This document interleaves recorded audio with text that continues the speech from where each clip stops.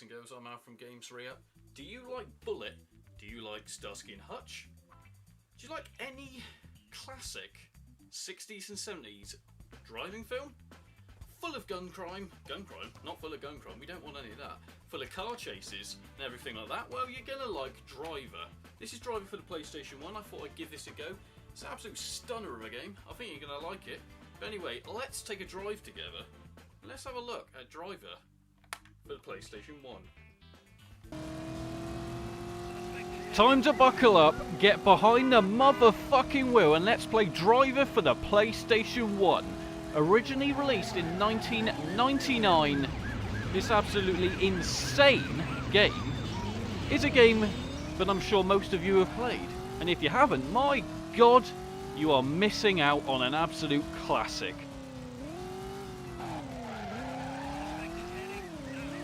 Now, before we even had GTA 3, we had Driver. It's a fully immersive 3D action game. Now, you can obviously see what we're playing here. Yes, we are playing the victim, as we always do.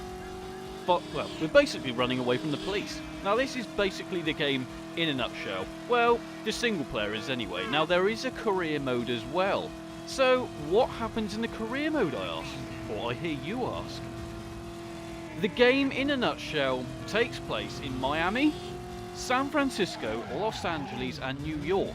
Now, the main idea behind the game was basically, in all fairness to the developers, was to mimic the iconic... Well, put it this way, if you've seen films like Bullit, you're going to know what I'm talking about.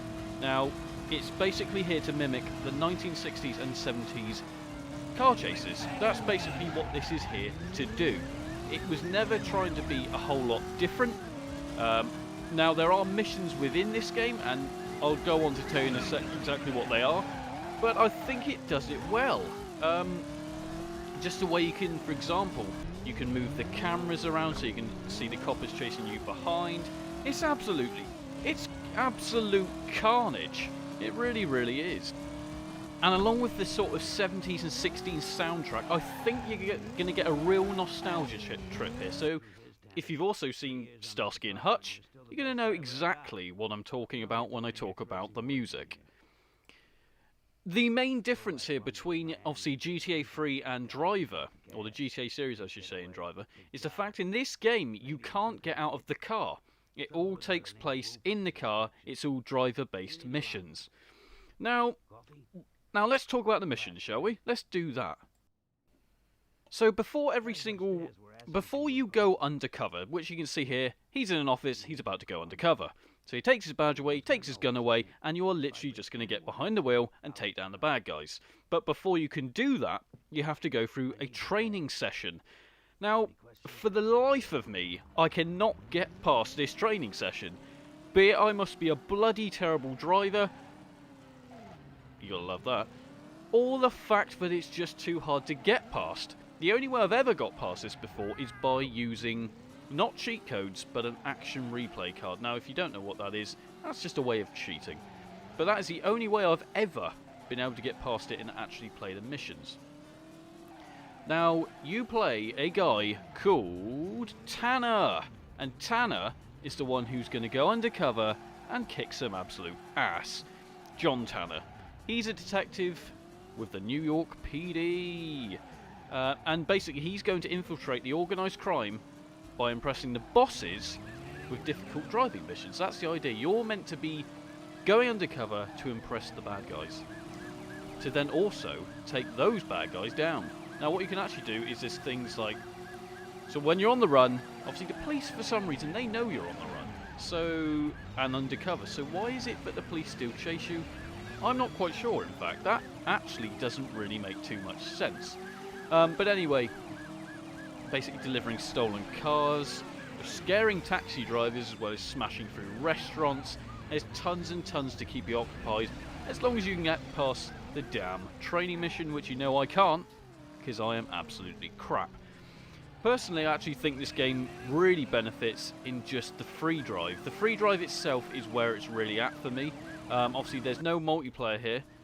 It is literally just single-player action.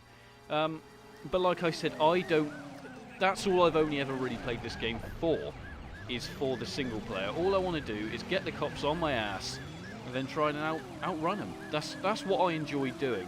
Now, it is quite easy to take a lot of damage on this game unless you really do become a skilled driver.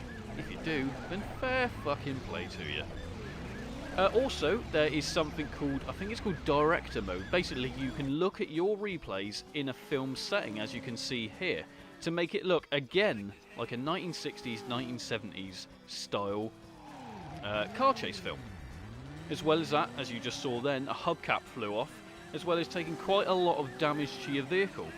So it's really was quite iconic for the time. For 1999 when this came out, and especially being a PlayStation 1 game and not a PS2 game, it's got some balls, it's got some real balls, and to be honest, as I'm playing it now, I'm getting a lot of memories flooding back. It's a great game. If you haven't played it, I'd say pick it up. I wouldn't play any of the other versions, i.e. Game Boy, iOS or anything like that. This is the one, this is where it's at. Make sure you pick it up, because it's bloody cheap. Anyway, I've been Al from Games Reup. Make sure you like and subscribe, and I'll see you all very soon. It's Al, signing out.